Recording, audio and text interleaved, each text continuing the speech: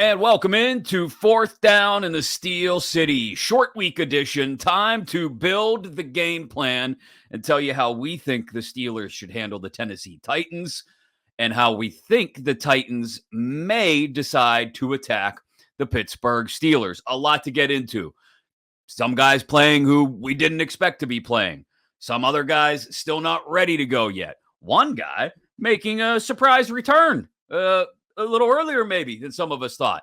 And one guy who can't be trusted because he puts mayonnaise in his coffee had a hell of a debut last week. And the question now is, can he do it again? Not can he put mayonnaise in his coffee again, but can he have another game like he had in his debut last Sunday? We'll get into all that. But first, we just want to remind you, if you are watching the show on the 93.7 The Fan YouTube page, we appreciate you being with us. Click the little notification bell down below. You'll get notified. That's why they call it a notification bell. As soon as new videos are posted to 93.7 The Fan YouTube page, including full episodes of Is Right Here, which is Fourth Down in the Steel City. Of course, audio-only version. By all means, nothing wrong with that. Inside your Odyssey app or however you get your podcasts, inside your Odyssey app, if you're listening to it right now, there are three little dots right up above there on the right-hand side of the screen. You're going to tap that and then tap follow. Same deal. You'll be notified as soon as new episodes of Fourth Down in the Steel City are ready. We welcome you, however you get your podcast, to rate, review, download, subscribe, and hang with us every single week as we ride the roller coaster that is the 2023 Pittsburgh Steelers season. And that's where we're at, Josh. This is one, even 2 weeks ago, during the bye, when we kind of sat down and reanalyzed the schedule and where things were going to go from here, we looked at it, even after the Rams game, we looked at it and said, oh, yeah, it's the Titans on a short should win this one. Yeah. To paraphrase or to directly quote the great Lee Corso, not so fast, my friend. I don't know what to expect from the Titans in this one. But I do know that we're probably going to see some very similar things from the Steelers that we saw on Sunday against Jacksonville. That's just the way Mike Tomlin and the Steelers do business on a short week. They kind of roll into a Thursday with a lot of the same game plan. They try to work to their own strengths and weaknesses rather than necessarily focusing on the opposition's strengths and weaknesses. Their biggest strength is going to be that Cam Hayward's back. And that's huge for a team that's 27th in the league against the run.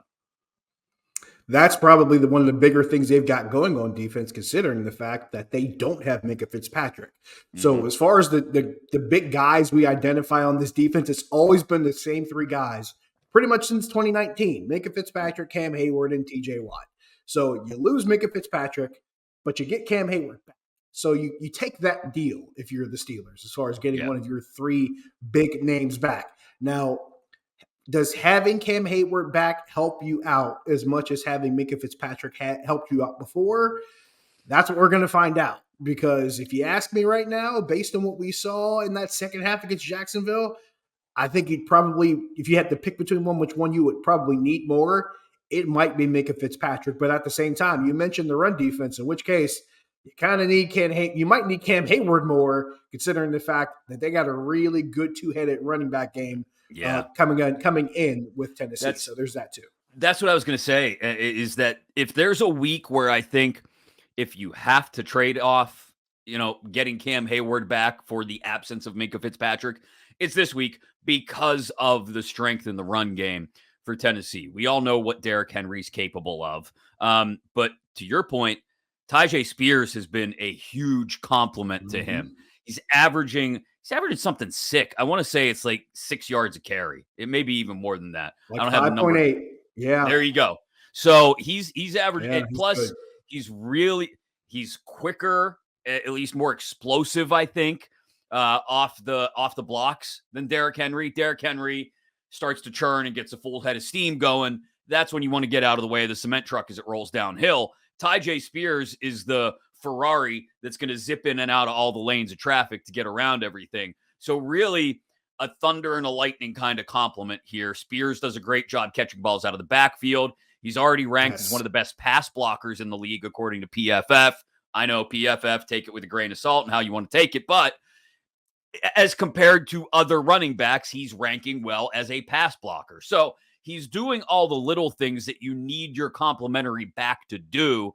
So if there is ever a week where, again, if you got to be without Minkah Fitzpatrick, but you do get Cam Hayward back, I think this is the week where you'll take it. The problem is, like I said, 27th in the league against the run.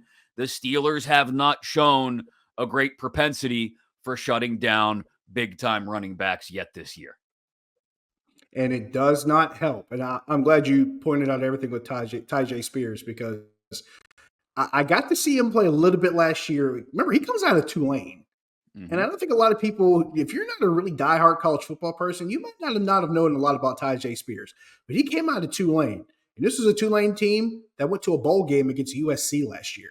Yep. And gave USC problems. So This is what we're looking at here. Granted, you could also make the case that USC's defense is horrible and porous and probably comparatively worse than the Steelers, which would be a fair point, but that's not what we're talking about here. Greg Finley, our producer, knows what I mean. Anyway, but to your point, it's more of a test as far as what they're going to face in the run game, because we thought we would see that test against Cleveland, but then Nick Chubb goes down with the injury and we don't see him for the latter half of the game. You're going to see two guys that give this defense problems. One can give you problems inside the tackles. The other one can give you problems outside the tackles or pretty much anywhere else on the field that he might be. So, it does create a big situation. And, yes, having Cam Hayward is important as far as helping trying to clog things up front. Here's where it might be a problem for me, because you mentioned Tyjae Spears catching the ball out of the backfield. So that means he becomes a matchup problem for either your linebackers or your safeties. Yep. And we already talked about how you don't have Minkah Fitzpatrick. And his ability to make plays from just pretty much anywhere in the defense is what made him so important. And now you lose that. So that matchup becomes an issue with Tyjae Spears as far as what he can do in the passing game. And I think to expand it out to whether we're talking about Spears or any of the receivers in this offense or any of the weapons, really. Because by the way, they have a guy named Hopkins, if you heard of him, too. So there's that. DeAndre, that's it. Yeah. The Clemson kid, that guy, the guy who lit him up on Christmas a while back when they played against Houston. That dude. Yeah, we remember that. Here's the problem. Williams. Yeah. Oh man. The problem here is that I think if the Steelers are smart, and we talked about this in the wake of the loss to Jacksonville and DeMonte KZ trying to do way too much at times. They're going to have to play it safe on the back end. They're going to have to play pretty vanilla, I would think, in the secondary and in the middle of the field, even if it's linebackers picking up the backs out of the backfield. And what worries me is that the one advantage you should have against a guy making his second career NFL start should be that you can mix some things up and really confuse him. Give him some stuff that you haven't put on tape before. Give him some looks that you know are going to catch him off guard. I don't know how confident the Steelers can feel, how confident Terrell Austin can feel in KZ and Neal on the back end to do some of that stuff. You can't really attack with all sorts of exotic stuff or some look over here and bring it from here. Whatever they may usually dial up for a young quarterback, I think they're going to be more guarded. They have to be more guarded about their own safety situation. Yeah, it's going to be harder to disguise everything in the back without Minkah Fitzpatrick. I know we talked about the possibility of Patrick Peterson getting involved. We talked about that earlier in the week after the Mike Tomlin press conference. But at the same time, you wonder just how much you can do that if you don't have a Minkah Fitzpatrick. So now it comes up to the other option, which is be really, really disruptive up front and speed up his clock. Yeah. Which is where Cam Hayward comes into play. So I think that's important because you know what you're getting on the ends there with TJ Watt and Alex Highsmith. That's all well and good. But you've already seen what can happen when Keanu Benton gets opportunities to rush in between the tackles to see what he can do, especially in between the guards. So now you got to deal with him.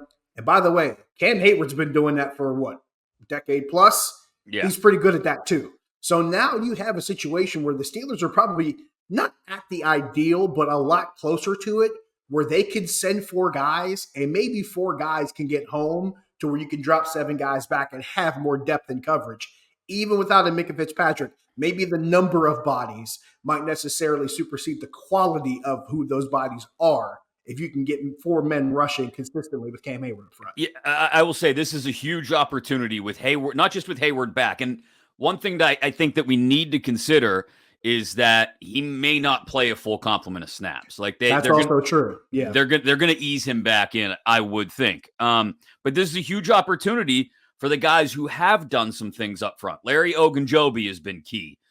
Whether it's Keanu Benton, who you mentioned, or Montravius Adams, they've been more than serviceable on the inside. At least Benton has. So is DeMarvin Leal. They keep moving him around. So there's Leal. I thought Armon Watts had a decent first half last week. I mean, they've duct tape and chicken wired together this defensive front between draft picks and veteran free agents like Ogunjobi and, of course, the stalwart and Hayward, to the point where I'd like to think they can slow down Henry. But again, we just talked about Spears. The 1-2 punch is at least inside to interior line, really good offensive line. Yes. So that's going to be a battle. I would think if I'm the Titans, I'm not asking Will Levis to throw 4 touchdown passes again.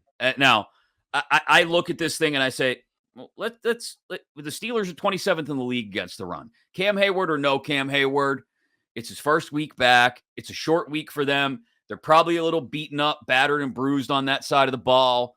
Let's just run it right at them.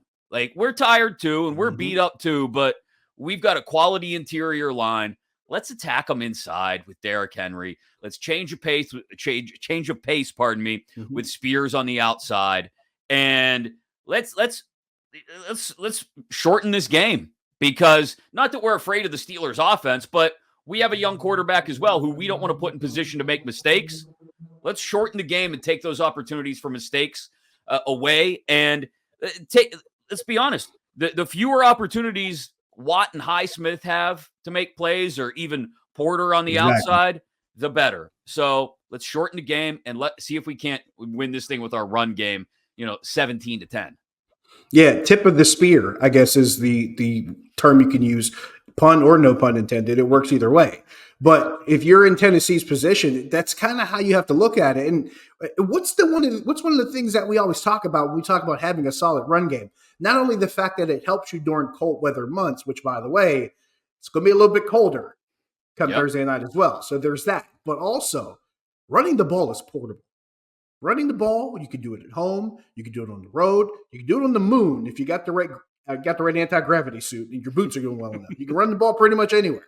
So that's the one thing that does help Tennessee in this regard, because I'm with you on this.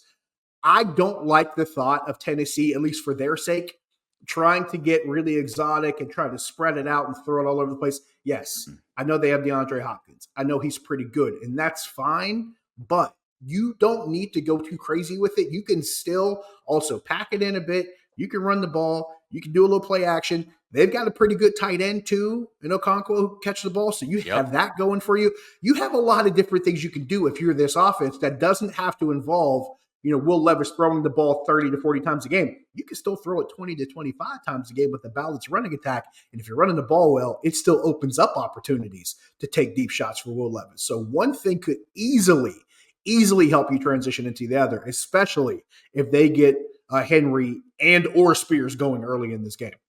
Yeah, that's the thing I think to watch for. And then, can the Steelers use Joey Porter Jr.? And I know they're not going to want to do this yet, but they should be willing to do it, because they're far too patient in bringing him along. This will be his first start, right? And they should be at the point where they're already confident in putting him on the best opposing receiver, even if it's an experienced veteran like D-Hop, and letting him just go all over the field with that guy. That should be the plan, because he's clearly your best cover guy, and Hopkins is a guy who can abuse you, especially if the run game gets going and we're talking play action and the play of the safeties and everything else. Take PZ Jr., put him on D-Hop, and take him out of the game. Now, is Hopkins still going to get his catches? Sure, he's probably going to get targeted 7-8 times at least. And so by that measure, he probably still comes down with 4 or 5 catches. But if Porter can keep them from being the kind of catches that really hurt you, then you do now give yourself the option of, okay, if Porter takes Hopkins away and we can slow down the run game to any effect whatsoever, you've really neutralized the Tennessee offense to the extent that you're putting it all back on Levis's shoulders again. And now you're getting back to where you can force mistakes. But it's got to be done in a very straightforward, vanilla kind of way, not with the smoke and mirrors that I mentioned earlier. Yeah, they don't have the luxury of smoke and mirrors at this point. I don't think they'll be able to really pull that off the way they would like to also. And I'm with you on this, because if there's any reason why what you're saying makes sense about having Joey Porter Jr. wherever DeAndre Hopkins is, go back and look and see what he did against Calvin Ridley against the Jaguars. Took him completely out of the game. We'll talk about that long, ridiculous line. That long line of Alabama receivers in the league, there's like a dozen of them. He's one of them, and he managed to shut that guy down. And that's really important when you have this kind of pass attack coming in here. And if I'm not mistaken, I expect to see Treylon Burks in this game too. By the way, Woo Pig. Yep. Got to make the reference there. But it stands to reason. Treylon Burks is another guy who can make some plays. Now, granted, he hasn't seen the ball a lot. He's been hurt for a while. He missed a bunch of weeks. But I want to say he's played in the last, 3 or 4 games? Or I should say he's played – actually, last week was his first week back, was against Atlanta. He played 3 games earlier in the season before he was hurt and missed a bunch of weeks. But he's back with this offense too. And if he's healthy, that's another added element this defense has to work with. And he's big and he's athletic, and he can do some things too. So if you can take at least one of them off the table, now we're back to our whole 2004 Pistons discussion. Let one beat you and don't let the other one kill you. That might have to be what you lean on again. We might be back to that, but maybe down to a little bit more of a microcosm version of it. Yeah, I think if Tennessee has, and look, you never know with Vrabel and which way he's going to go with things, to be quite honest. Top 5 coach in the NFL, Josh. Top 5. Top 5 in the world, Craig. But like I can't see them putting too much on Levis's shoulders, despite how well he played last week. Still young, second career start, on the road, short week, hostile environment, all that kind of stuff. You want to simplify things as much as you can for him. So I think if you're the Steelers, by way of systematically taking weapons away, hopefully limiting the run game, you get the ball back into Levis's court to where he's the one that has to make plays. As for the other side of the ball, Kenny Pickett's going to play. I don't know how I feel about this, because I don't look. I'm just going to sit here and make noises for a while, because that's where I'm at with Kenny Pickett. I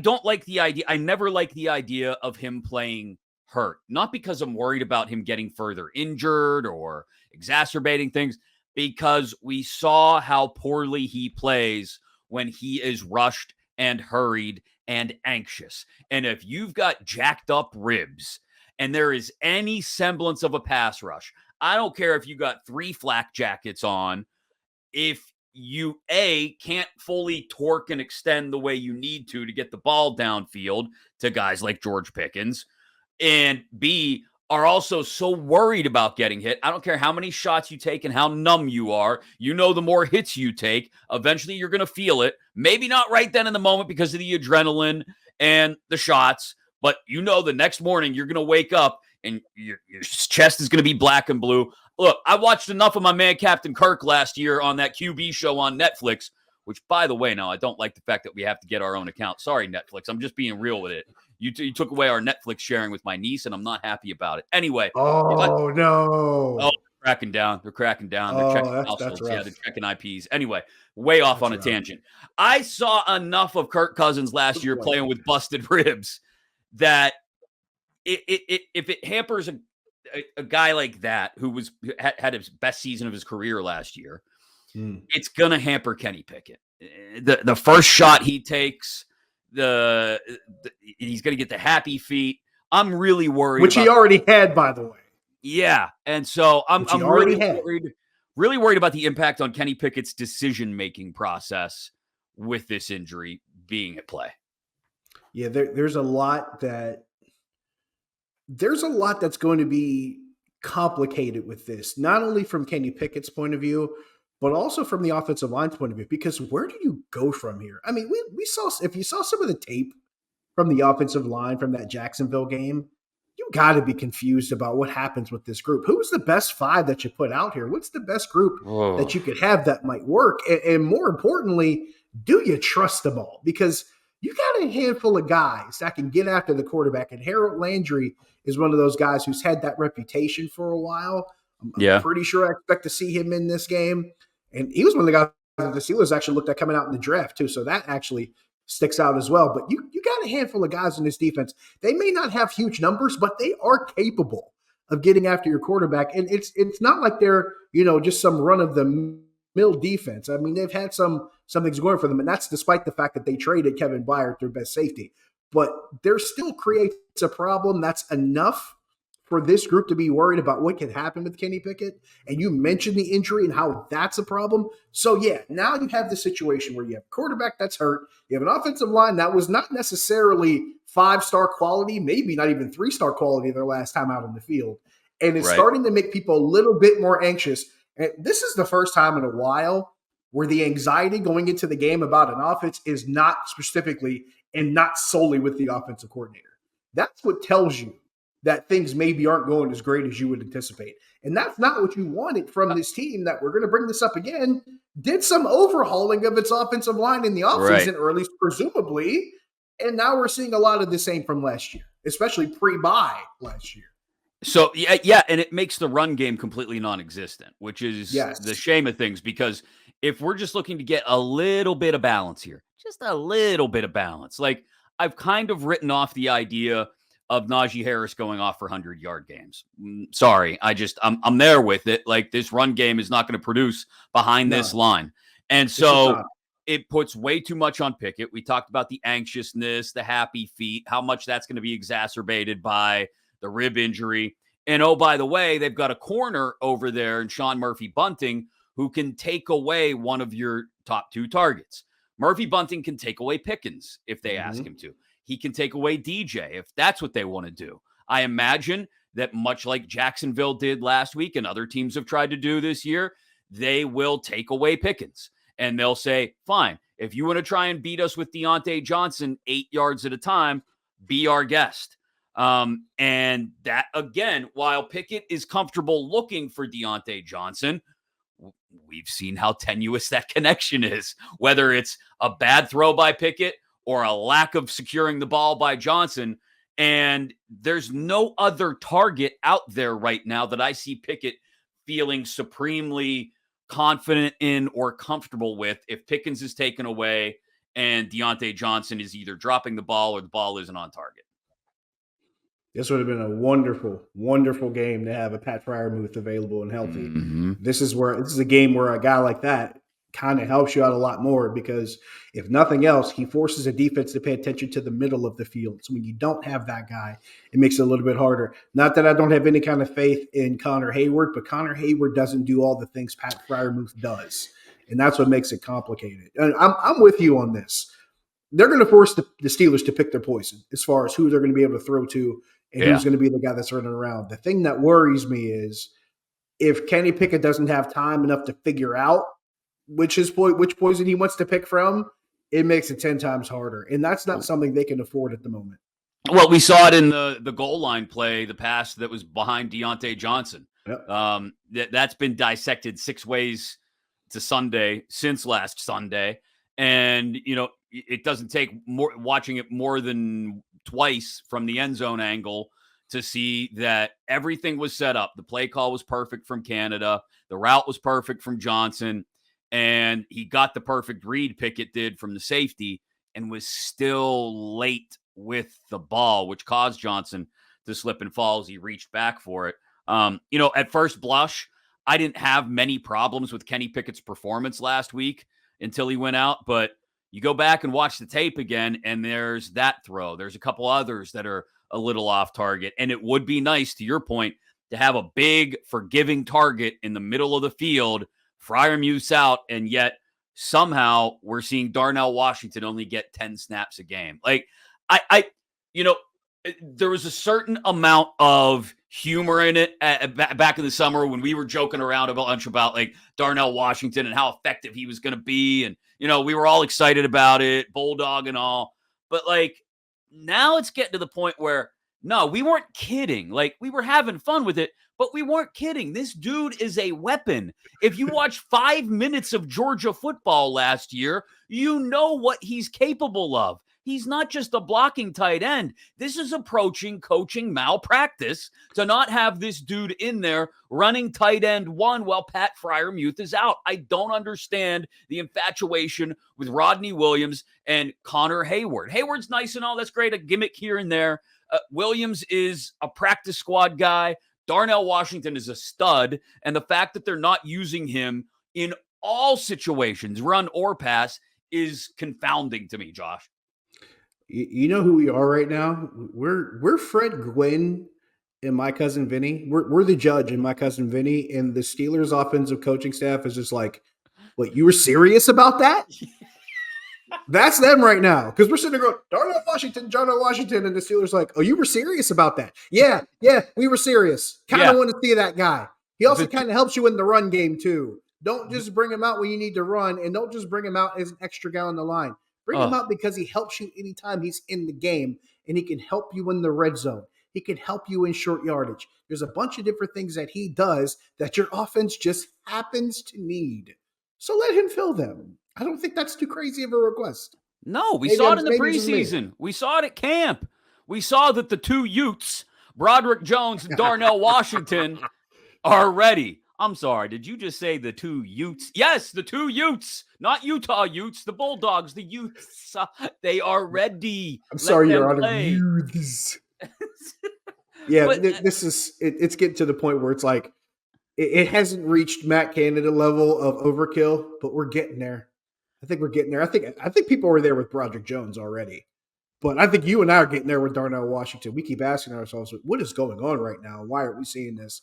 And you and I can go 10 more minutes with this, but I won't do that. But I think it really comes down to two things specifically. One, you need a stronger presence up front in your run game. And this is the guy who prides himself on being a sixth offensive lineman. Not Broderick Jones brought in as a tackle eligible. Before you even get to that, he's the guy who's standing next to your offensive lineman who's already eligible and is already a tight end. Mm-hmm. Use that guy. And then you have the fact that he is absolutely huge. There are players who are pretty tall guys who stand next to him and look like teenagers. And then you have the Calvin Austins of the world who stand next to him and look like toddlers because he's massive. Put him in there, throw the ball up high, and no one else can get to it. Some of this stuff is really easy. Yeah. And not to borrow the Colin Cowherd term because he uses this a lot, but I feel like we're missing some layups here as far as this coaching staff and just what they refuse to do, which seems so easy. The car that made these two equal length tire marks had pause attraction. And that's what Broderick Jones and Darnell Washington are. They are pause attraction, which was my wife's going to love this episode, which was not available in the 64 Buick Skylark. That's my wife's favorite movie. She's going to love this episode. Love it. But you're right. That's exactly what the phrase is. They're missing layups. Missing layups. Jones for more, maybe more over to the other side for Chooks. I think that's 6 of one, half dozen of the other.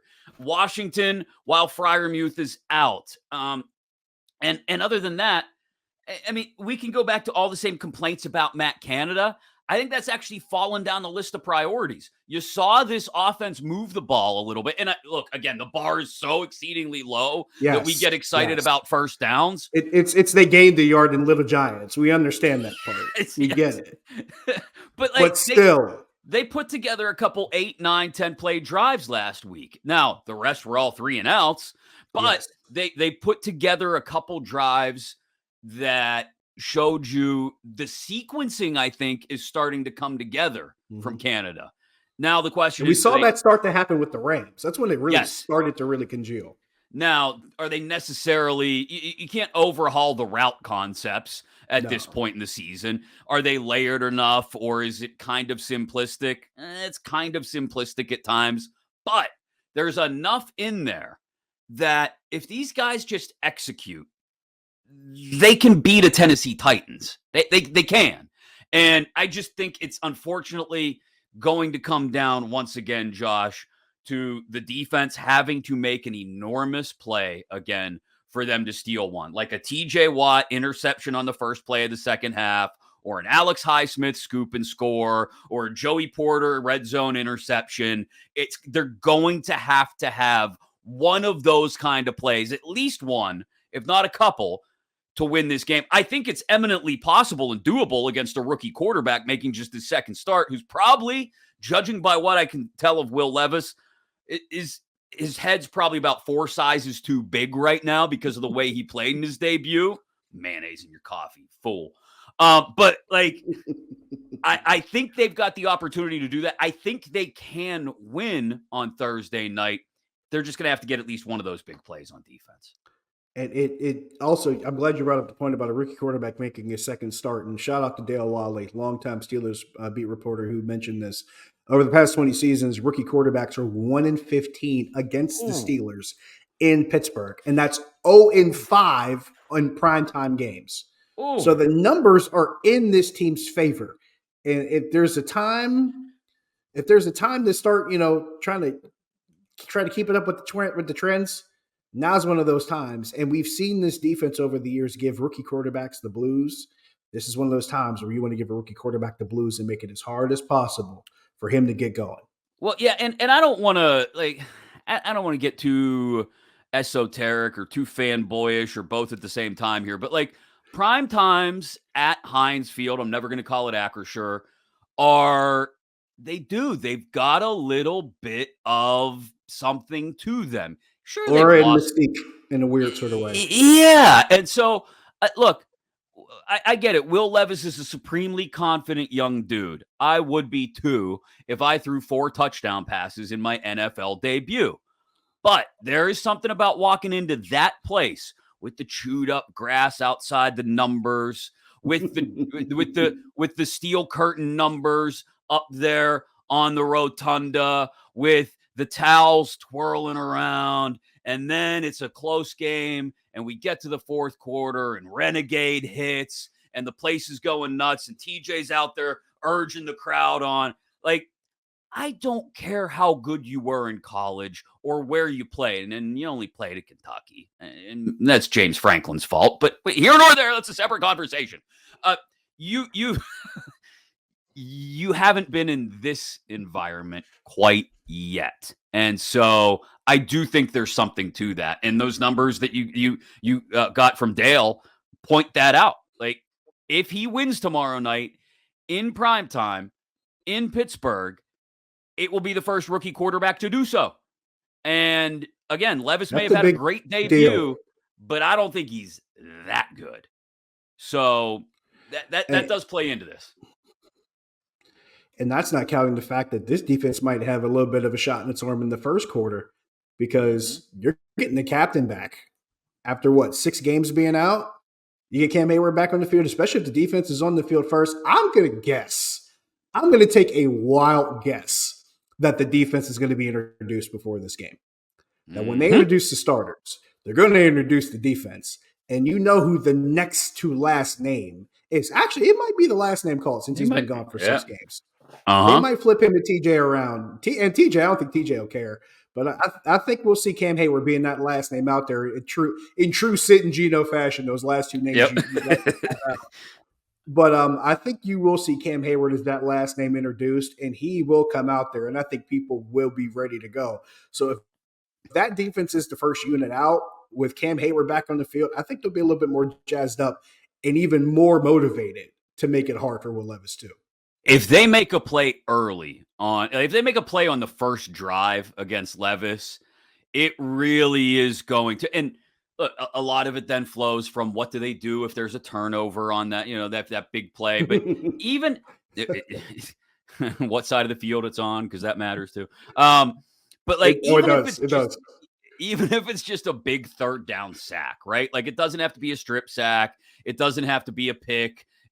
Just a big third down sack to get a 3-and-out on the first series would be enough, I think, to rattle Levis in his cage just a little bit. And look, the offense has no confidence. They're not going to get any unless somebody flips a light switch. But just to have one side of the ball feeling good and to ratchet up the energy a little bit so that when they do go out there, the offense the first time, we're all not waiting on pins and needles for the first incompletion and the first 3-and-out and the first Fire Canada chant and all that crap. Like, let's go out there, get a big play from the defense early. Like I said, even if it's only just a sack on third down, and let's use some of the intangibles to this team's advantage.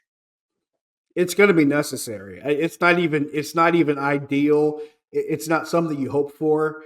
It's damn near mandatory for this game because for every reason you just laid out, they need, especially if the defense is the first group out there, they need to be ready to make a play early in this game. They cannot afford to let Tennessee get into a rhythm. They cannot afford to let Will Levis get comfortable. They need to get themselves in that kind of mode early to where they're trying to push this team back, where they're winning on first and second down, which is important because if they can't win on first and second down and they get into third and manageable situations, it's going to be a lot easier for Tennessee to convert with this group, especially considering the fact they don't have one of their best back-end guys out there. So they have to win early on first and second downs. They have to force third and longs. And then they have to get off the field on those third and longs. Because when another team converts on a 3rd and 4, it's not as crazy.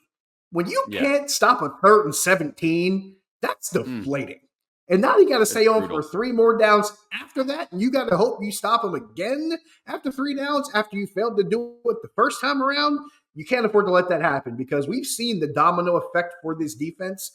When that happens, when one drive can't really get stopped and then the offense doesn't get going and then it snowballs into another drive. And then you got San Francisco and Houston all over again. You cannot afford that. Not only in this particular setting, but also at this point in the schedule when you're trying to keep yourselves, forgive the term because we use this for a different segment, above room temperature. But that's what we're looking at right now. Yeah. A Thursday night home game, especially against a team that isn't as good as you, and the Titans, talent-wise, just up and down the roster, aren't quite as good as the Steelers. But a Thursday night home game should always be a win. You should be able to chalk that up as a W. They've got 2 of them this year.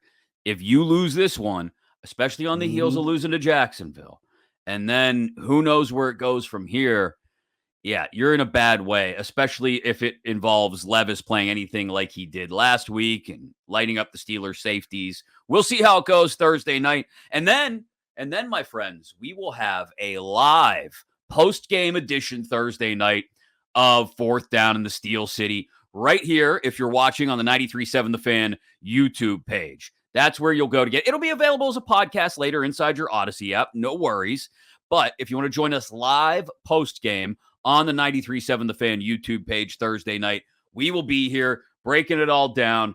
The live post-game shows usually involve a little bit of brown liquor that I'll have in a glass here off to the side to either celebrate or... Chris has the drinks. I got the snacks. Let's go. Soothe whatever headaches we may have. We'll see how it goes. For Greg Finley, Chris is soothing headaches. I'm helping with the stress eating. We're good. We got you covered. We're good. We got it covered all the way around.